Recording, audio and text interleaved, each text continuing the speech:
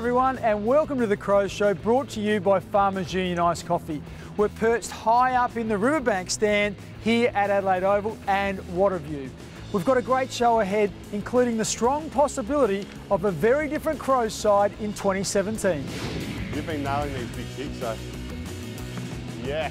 Today made me think of doing footy in the future. I think it's a great sport to be involved in.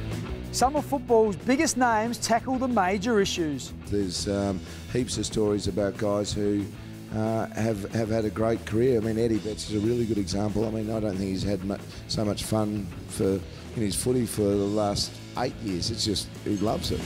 Remember, the Crows' first ever opponent was Essendon, not Hawthorn. Quite a few of the boys were late getting to the game because you just didn't expect the traffic that was coming down West Lakes Boulevard. And giving the tall orders each week. Source Jacobs, that is as good as it gets. But first, Richard Douglas has again been one of the Crows' most consistent performers this year. After missing 5 games earlier in the season with a foot injury, he has quickly returned to top form. But his latest interruption was potentially a lot more serious. 48 hours after the game against Sydney, he was rushed to hospital for surgery to remove an inflamed appendix.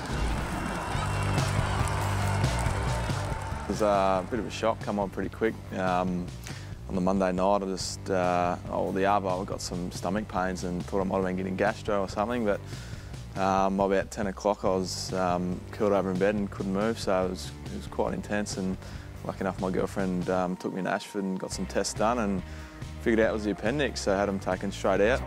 Starting to get busy, kicks to centre half forward. Oh, great courage from Douglas.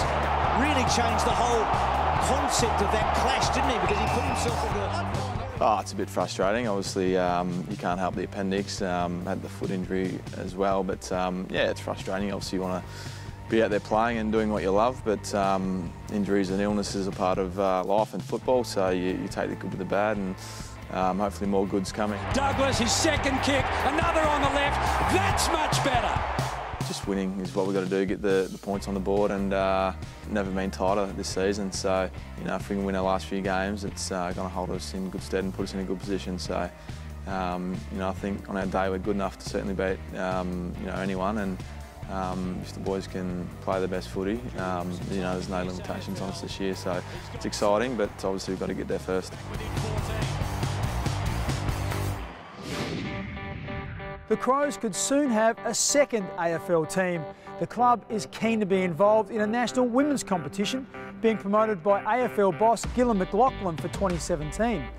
Loretto Girls College is one school where Crows players actively promote the sport.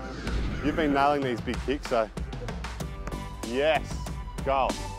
We really think there's a future for women's footy in the competition, and particularly at our footy club. Apart from flagging some really strong interest with the AFL, we've met with the SANFL in regards to the women's structure. I mean, they've brought in the under 14 and 16-year-old age groups and in competitions. We believe that we can help promote and develop more talent for the women through our state. We've hosted the state squad this year here at the football club, and that was a great experience. Hutchins, time runs out. Melbourne win again. Devastation for the Western Bulldogs.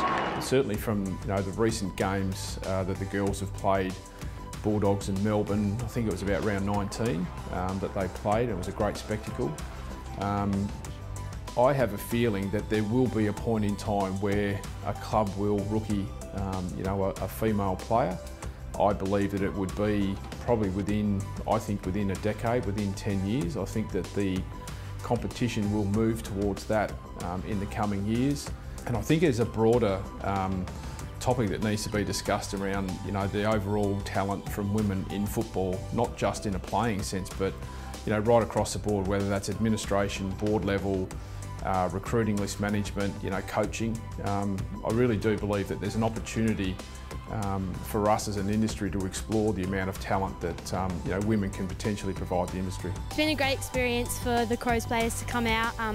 Well, we're all big footy fans, so it's been great. Today made me think of doing footy in the future. I think it's a great sport to be involved in. What we've seen, with the growth of women's footy, particularly in Queensland this year, we would like to think that we could grow the same amount of passion in our state in this year and the years to come. After the break, a landmark game for Tom Lynch, and we go back to the very start.